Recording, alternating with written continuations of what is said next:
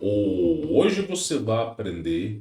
Hoje nós iremos relatar um confronto entre alienígenas e seres humanos, inclusive com participação de um soldado brasileiro que não quis se identificar, mas que trouxe todos os detalhes dessa missão. Se você acredita que nós não somos os únicos seres criados por Deus e que sim existem centenas, talvez milhares de raças diferentes da nossa, convido você a assistir a este vídeo.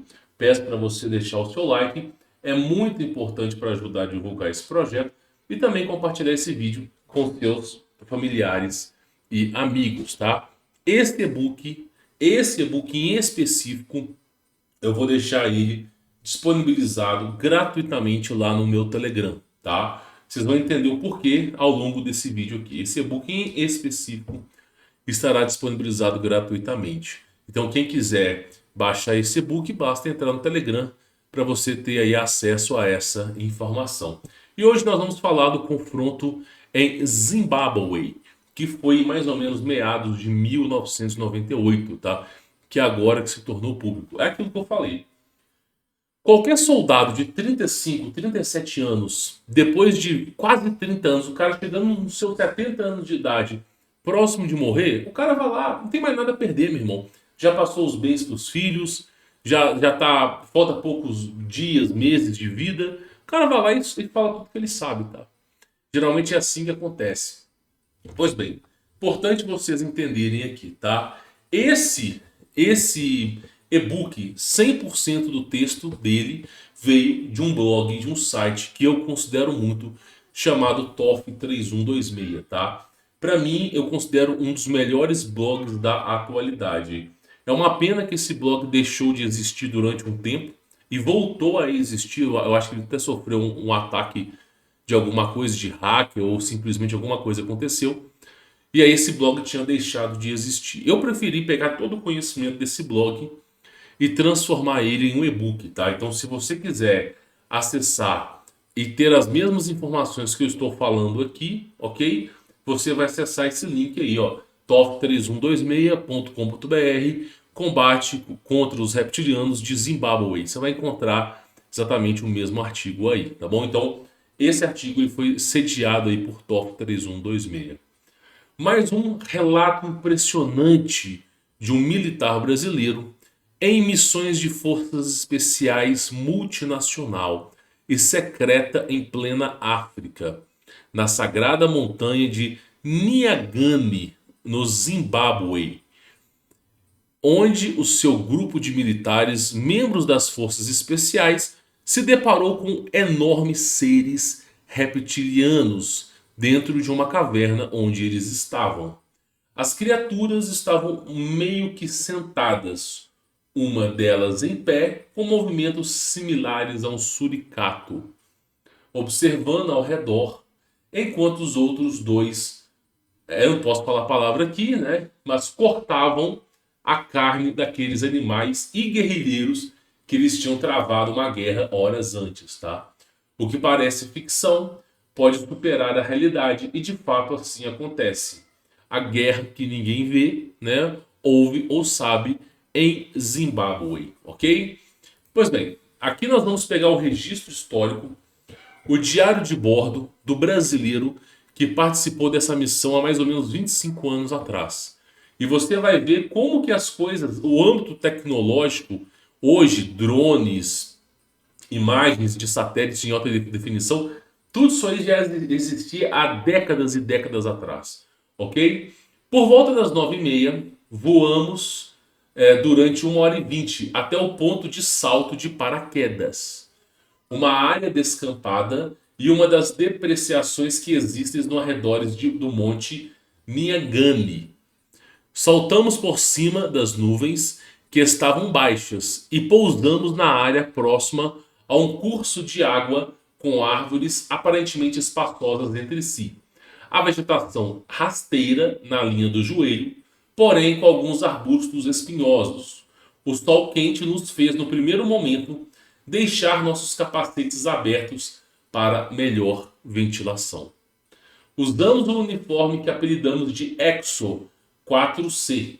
E aí eu deixo bem claro aqui que não é o primeiro relato de brasileiro, não é o único brasileiro que fala que numa missão como essa eles usam uma armadura completamente diferente. Não é aquela roupa de soldado camuflada, um colete balístico, não é isso. Os caras usam um exoesqueleto, uma armadura que cobre todo o corpo. Uma armadura tecnológica que transmite em tempo real tudo que está acontecendo. Uma armadura super forte, super resistente, que é preparada para esse tipo de confronto, tá? E olha só, usamos o uniforme, que apelidamos de EXO 4C, e armamento de praxe. Basicamente o mesmo que usamos na Amazônia, orientados por um bracelete OLED via satélite. Isso em 1998, tá? Com muita munição especial específica para o tipo da missão. Acontece, eu vou falar isso aqui rápido, a pele do reptiliano ela é muito dura. Nenhuma 9mm, nenhuma 357, nenhuma 44 Magnum consegue atravessar. Ela é muito espessa, muito dura. Você precisa de um equipamento especial se você quiser confrontar com esses seres. E é por isso que eles têm que utilizar uma roupa especial e uma munição especial, ok? Após recolhermos e escondermos os nossos paraquedas, caminhamos por cerca de 4 horas até já estarmos a salvo dentro da montanha. Paramos e montamos um perímetro defensivo com um raio de 40 metros. Pouco mais necessário. Durante essa parada, o major e um tenente nos passaram os parâmetros da missão, que se resumia em uma provável e eminente confronto com uma ou mais criaturas extraterrestres, reptilianas. Você vê que eles não falaram isso antes de começar a missão, eles deixaram para falar isso depois. Os caras nem sabiam que tipo de missão que eles iriam enfrentar. Sendo que a missão era capturar, vivo ou morto, né, essa espécime. Caso não fosse possível capturar com vida, deveríamos evitar a baixa entre nossa tropa e sinalizar o local com dispositivos de infravermelho para implodir o local. Então, se eles não conseguissem capturar esses seres com vida, pelo menos explodir esse lugar eles tinham que ter a missão de fazer acontecer. Tá? Então, essa era uma guerra silenciosa que ninguém vê, tá? Após o descanso de cerca de 30 minutos, no perímetro defensivo, levantamos marcha, selva adentro, orientados e observados a partir deste momento por um satélite. O tempo todo eles estavam sendo observados por um satélite. Os trajes, eles têm câmeras de alta definição, eles escutam o que os caras estão falando o tempo todo sendo monitorado, tá? As câmeras de alta resolução que tínhamos no capacete e no peito foram acionadas. Nosso sistema de proteção no uniforme também foi ligado e depois de mais de uma hora na vegetação densa, adentramos no monte Nyagani. Então você percebe que esse uniforme ele transmite ao vivo o que está acontecendo em tempo real para aqueles pessoas de alta patente do exército. E eles tiveram que ativar uma coisa como se fosse um campo magnético, como se fosse uma proteção extra. Sabe aqueles escudos magnéticos? Quem já jogou Halo sabe muito o que eu estou falando. Um escudo magnético que ele aparece para você se proteger de tiros a laser. Mais ou menos essa perspectiva do campo de defesa desses trajes, tá? E depois de uma hora de vegetação, eles adentraram em Nyagani. Percebemos um pequeno grupo de homens armados. Eram guerrilheiros, mas a fisionomia assustada e os movimentos demonstravam total desorientação. Fizemos contato que nos foi sinalizado rapidamente de forma positiva, após o que eles vieram ao encontro de nosso grupo em posição de rendição. Apesar de nossos uniformes e armamentos serem diferentes das forças militares convencionais, estávamos sem o capacete devido ao calor, o que ajudou em nossos contatos. Foram interrogados por um intérprete que nos revelou sobre um confronto que os guerrilheiros tiveram algumas horas antes, com criaturas enormes e com aparência monstruosa. O pavor era visível em todos. Vendo seu grupo morrer, eles fugiram por não conseguirem deter tais seres. Nos disseram também que o grupo deles era originalmente cerca de 120 homens, mas muitos morreram e outros eles não sabiam dizer o que aconteceu, porque optaram por fugir em diferentes direções. E aqui tem uma imagem do segundo relato do brasileiro que participou dessa missão. Aqui nessa região aqui é o confronto, ó. É onde eles encontraram os reptilianos aqui na caverna. E eles pousaram de paraquedas aqui, ó. Por que eles não pousaram perto daqui? Porque aí os reptilianos iriam ver. Ou os alienígenas, eles iriam ver ali. Então eles pousaram quilômetros de distância. Para quê? Para saírem do campo de visão, né? Muitas vezes, esses lugares são protegidos com drones, são protegidos com alguma coisa invisível. E aí o que aconteceu foi que eles pousaram quilômetros de distância antes e dali que eles foram peregrinando até lá, ok? É a estratégia mais segura. Nos disseram que quando seguiam naquela região foram violenta e brutalmente atacados.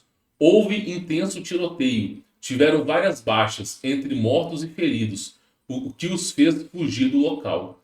Os guerrilheiros estavam cansados, com medo e com sede, apesar de haver um pequeno curso de água próximo.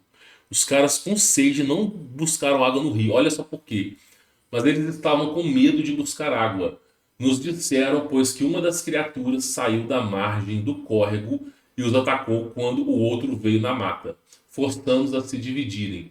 O que acontece? Esses seres são extremamente inteligentes. Eles sabem que as pessoas vão precisar de água.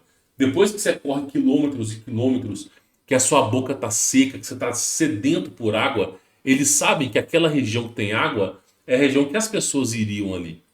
E aí o que aconteceu foi o seguinte: eles cercaram o perímetro do rio para justamente os caras, quando voltassem para beber água, não conseguissem, tá? Fossem interceptados. Ao terminar o depoimento, montamos um perímetro seguro para que 3 deles buscassem água, o que foi feito e fornecemos barras de cereais para que eles se alimentassem. Os orientamos a seguirem rumo a noroeste pela trilha que fizemos. Devolvemos o armamento e os orientamos sobre segurança que deveriam observar até chegar em seu destino. A noite estava se aproximando e com ela o frio. O nosso uniforme regulava a temperatura. Logo, nos colocávamos em marcha. Então o uniforme dos caras, ainda assim, em 1998. Em 1998 você tinha o N, eu acho que nem o N95. Os telefones eram 6120, cara. Sabe aqueles telefones com joguinho de cobrinha, Snake? Você imagina, olha o nível tecnológico que os caras já tinham naquela época, tá? Então, o uniforme deles já regulou a temperatura e eles colocaram em marcha. Creio que 1 hora depois já estávamos num dos sulcos laterais naturais da montanha, com vegetação baixa e árvores com copas de 3 a 4 metros. Mas não eram muito próximas uma das outras, e entre pedras, muito mato abaixo. Porém, um pouco mais à frente, as árvores se fechavam e suas copas cobriam o espaço embaixo. Subitamente avistamos uma vaca morta e completamente dissecada. Estava sem os olhos, língua, órgãos genitais e um corte na barriga de onde foram tirados todos os órgãos internos. Não havia presença de sangue no local, o que indicava que as criaturas estavam por perto, já que o que sobrou do corpo do animal ainda não estava rígido, né? Então, quando o animal ele vem a falecer, eu falo de experiência pessoal, ele fica rígido, tá? Galinha, pato, coelho, quando o animal morre, ele fica rígido. É uma curiosidade. Dificilmente o animal fica mole, tá? Depende. Se o animal ele morreu de uma maneira muito, muito sutil, ele fica mole. Mas dependendo da situação que o animal morre, ele fica rígido, tá? E aí, olha que coisa interessante. Um pouco mais para frente, vimos uma abertura na transversal no meio de 2 rochas, com certa vegetação ao redor. Entramos e após uns 5 metros deparamos com uma corte nas rochas.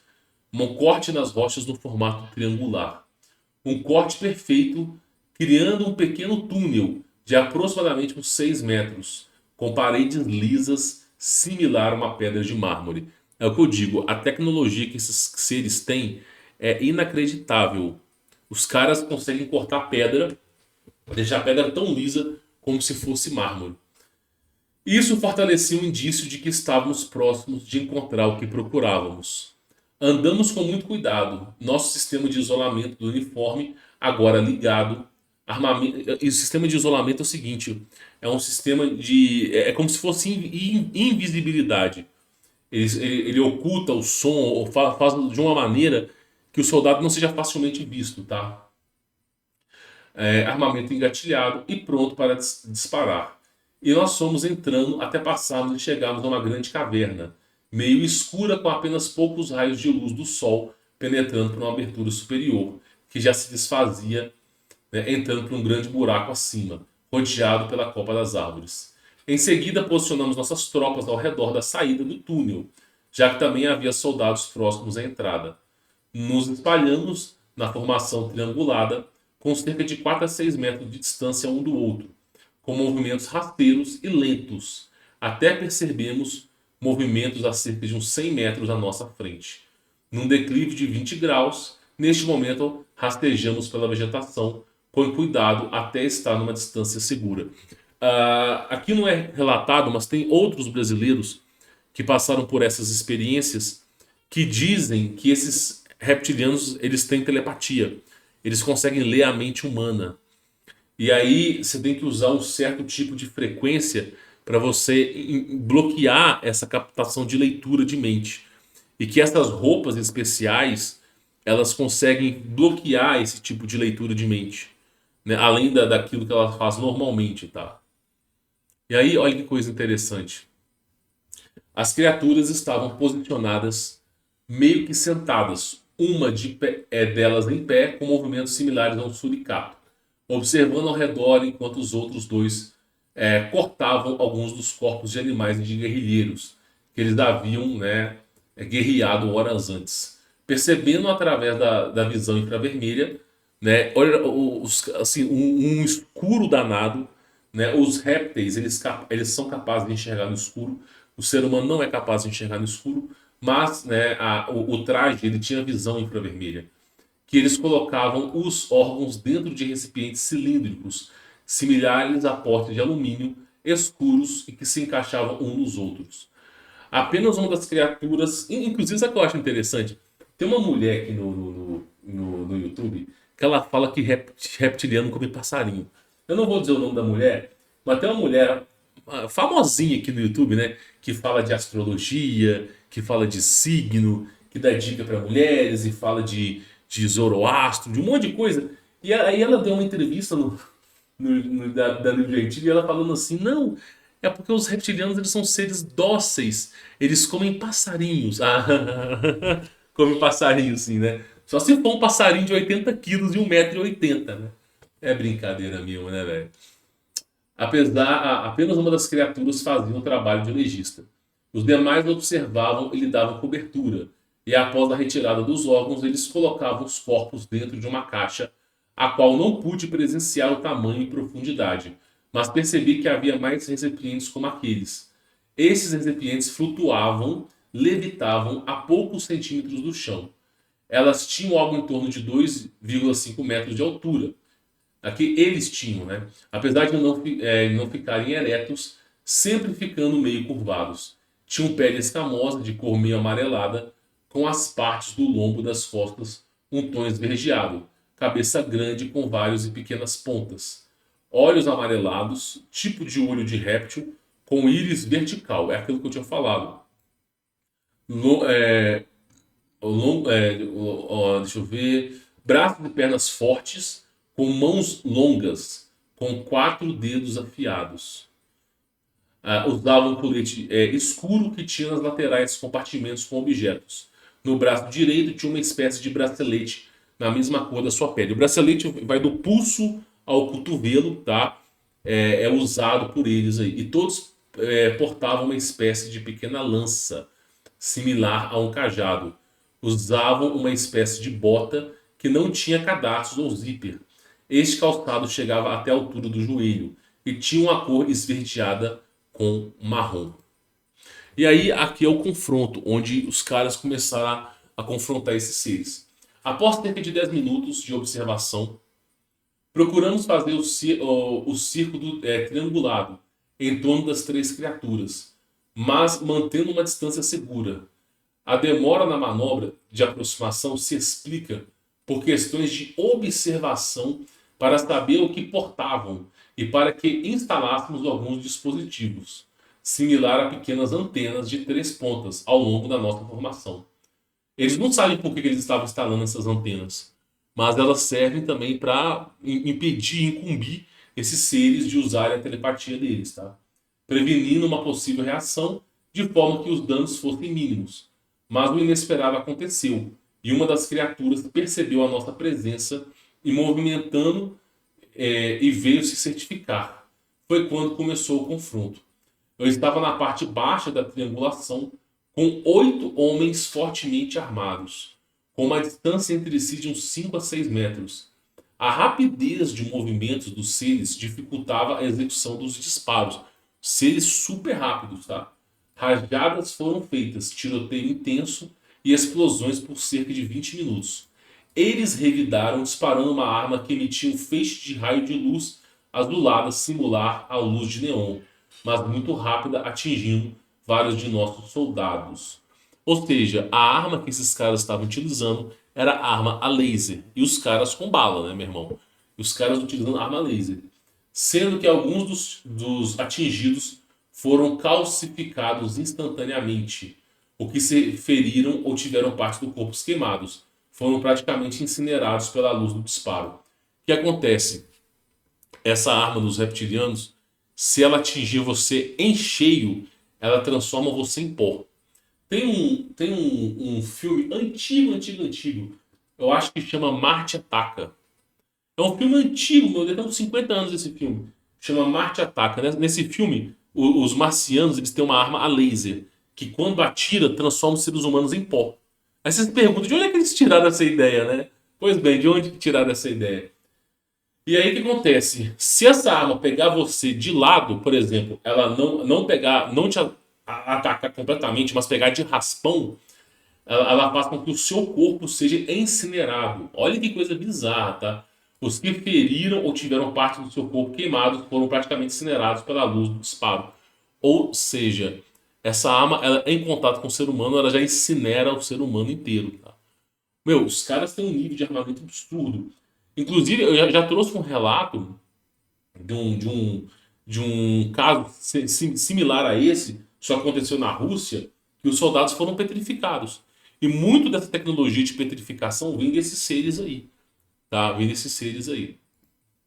Olha que coisa interessante. Uma das criaturas reptilianas levou um tiro no braço, que portava a arma. Mas dela foi para cima dos nossos soldados e houve uma luta corporal desproporcional, com o ser reptiliano atingindo um colega nosso com um soco, que o arremessou a alguns metros de distância, deixando ele algumas costelas quebradas, um braço quebrado e várias escoriações. Essa criatura então investiu nos demais soldados de nosso pelotão e antes que nos atingissem, alguém o acertou nas costas, onde o fez recuar. Neste momento, ele levou vários tiros na região do tórax, pernas e caiu abatido. As demais criaturas reptilianas também foram atingidas e feridas, mas conseguiram sumir com os recipientes, caixotes metálicos e com os corpos em meio a uma tenue fumaça de cor meio azulada que se desfez muito rápido. Mas antes que desfizesse, atiramos granadas de fragmentação na nuvem. O interessante é que não explodiram e nem caíram de volta ao solo, simplesmente também sumiram no ar. Tínhamos que sair rápido do local, e durante o confronto no interior da caverna, já haviam sido acionados e estavam se aproximando 5 helicópteros, 5 Black Hawks, para a nossa extração do local, sendo que um deles era só para levar a criatura reptiliana que fora abatida. Ele pesava algo em torno de 200 quilos, dando trabalho para uma remoção para fora da caverna. Ao revistar a criatura, o tenente norte-americano nos impediu de retirar qualquer coisa que estivesse em poder da entidade. Pude ver e tocar em sua vestimenta, que parece ser colada em seu corpo, Um colete duro e áspero.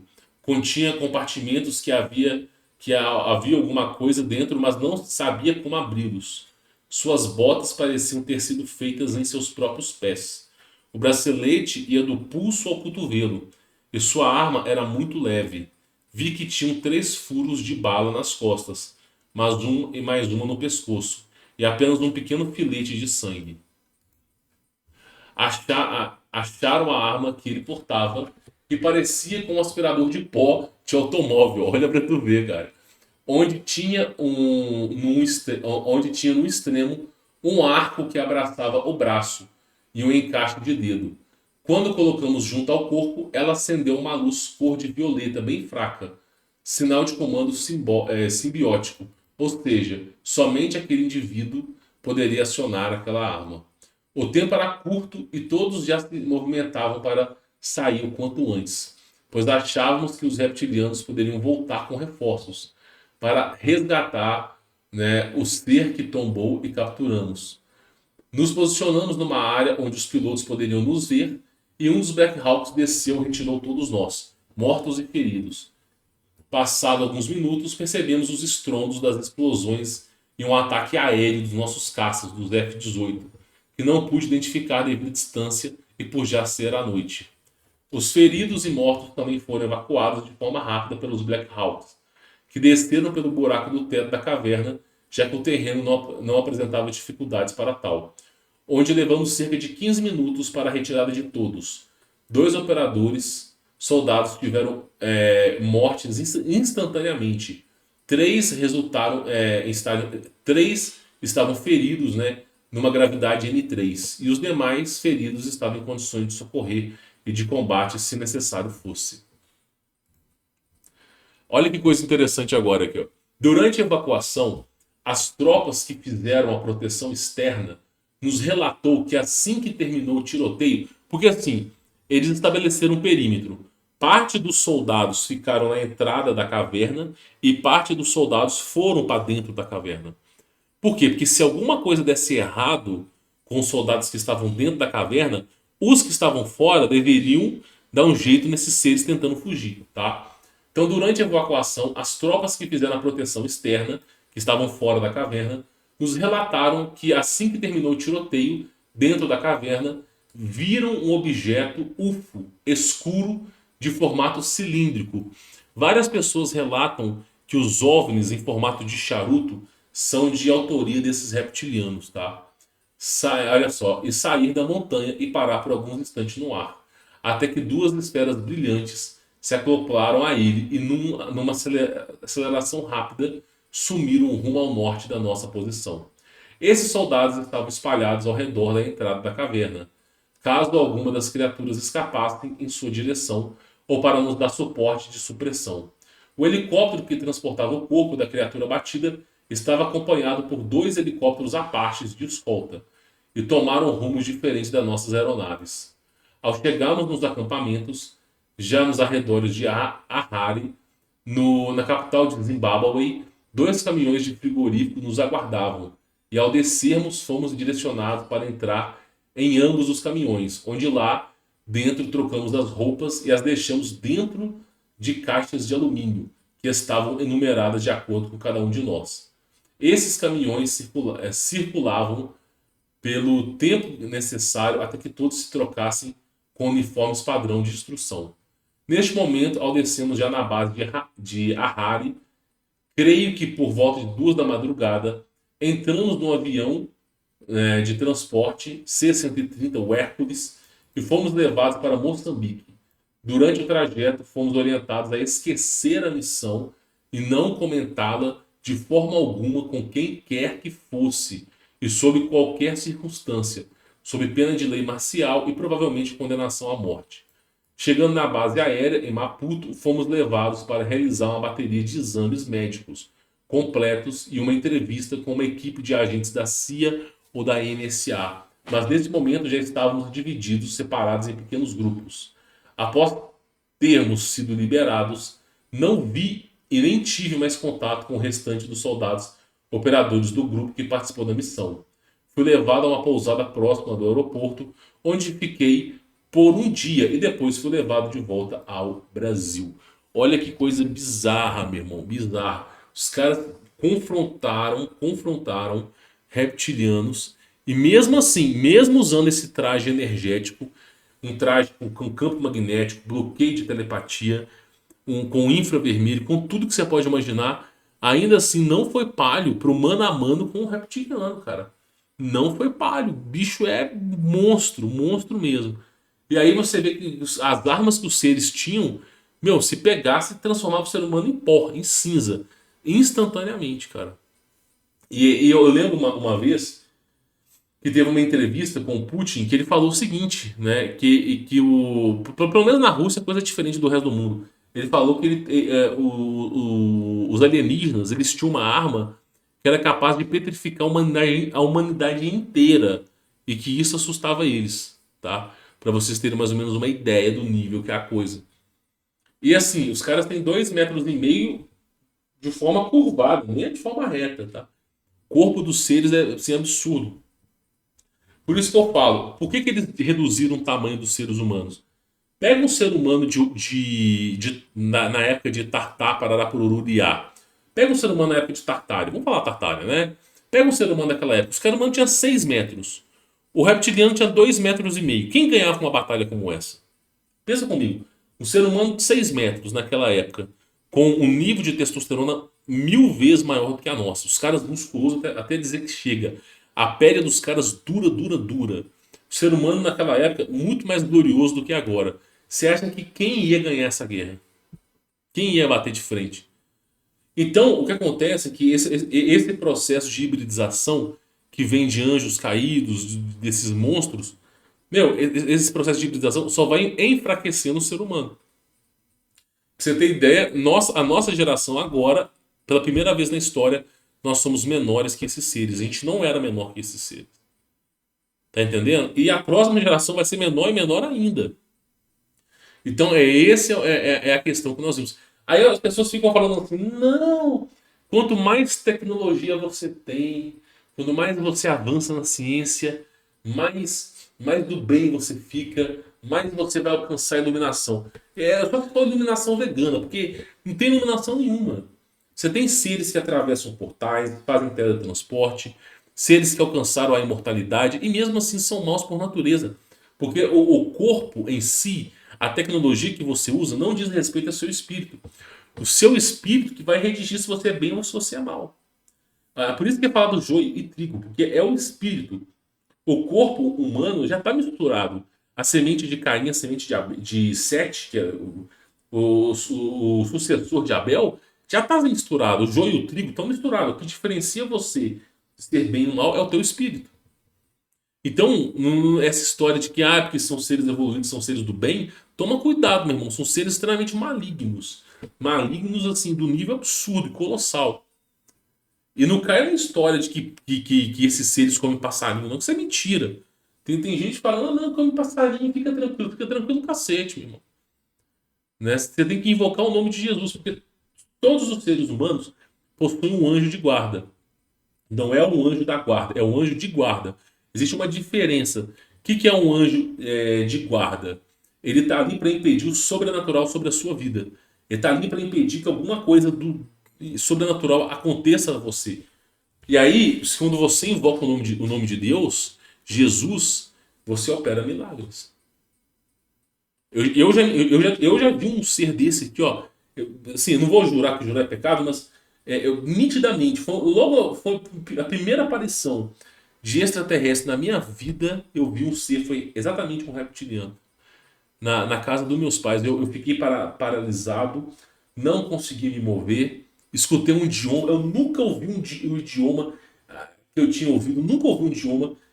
Eu tava paralisado e assim, tava deitado na cama, eu tava de lado. Sabe quando você fica com a barriga. Você fica deitado na cama de lado, você não tá nem com a barriga para baixo, nem com a barriga para cima, você tá de lado. E aí eu escutando um breu danado, que a luz tava apagada, porta trancada, eu escutando um idioma que eu nunca tinha ouvido falar, e eu vendo só uma luz nas minhas costas, alguma luz, como se alguém tivesse abrindo as minhas costas inteiras. E aí eu não conseguia falar nada, eu não era cristão, eu não conhecia Jesus Cristo como eu conheço hoje, e eu totalmente imóvel. E aí esses seres perceberam que eu tinha acordado, que eu estava vendo ali, eu tentando falar, tentando verbalizar em nada, aí de repente veio uma onda elétrica na minha cabeça que me mostrou a imagem do reptiliano. E aí a única coisa que eu pude fazer era clamar a Jesus, porque era a única coisa que eu tinha. E aí quando eu comecei a clamar a Jesus, aquelas vozes foram sumindo, as minhas costas voltou a fechar, né? E graças a Deus não tem nada, já fiz raio-x, não tive nada, nenhum objeto metálico, nem nada. E aí meu pai acordou assustado, porque meu pai tinha ouvido um barulho no terraço, e parecia que tinha alguém invadindo a casa. Aí eu peguei um facão, na época eu tinha um facão, deixava por segurança na casa, né? Nós corremos pro terraço. Quando a gente chegou no terraço, já contei esse caso, a gente viu uma luz amarelada forte, como se fosse um pequeno sol, assim, a mais ou menos uns 200 metros de distância, olhando pra gente aquela luz assim, e ela foi bater em retirada. Né? Isso aí eu falo pra vocês que aconteceu comigo, foi a vez mais absurda que aconteceu na minha vida. E dali por diante eu comecei a entender que realmente a presença de Jesus Cristo ela excede todas as gerações, excede tudo. Então eu comecei a perceber a partir dali a força do nome de Jesus. E aí eu comecei a me tornar, a buscar, pô, por que que um ser que tem disco voador, por que que um ser muito mais tecnológico do que eu tem medo de um Jesus Cristo? Não faz sentido. E aí eu comecei a me estudar mais sobre o assunto, tá? E vou dizer pra vocês, meu irmão, foi a melhor escolha que eu fiz na minha vida. A melhor escolha que eu fiz na minha vida. Porque o mundo espiritual, o pessoal chama de mundo espiritual, mas o desconhecido, vamos falar a verdade, o desconhecido, não é mundo espiritual, é desconhecido. Ele causa esse pavor nos seres humanos.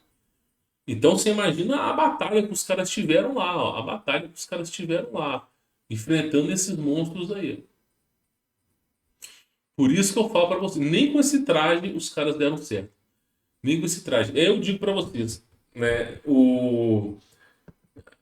nós só não somos escravos ainda porque várias raças de alienígenas tentam nos escravizar ao mesmo tempo.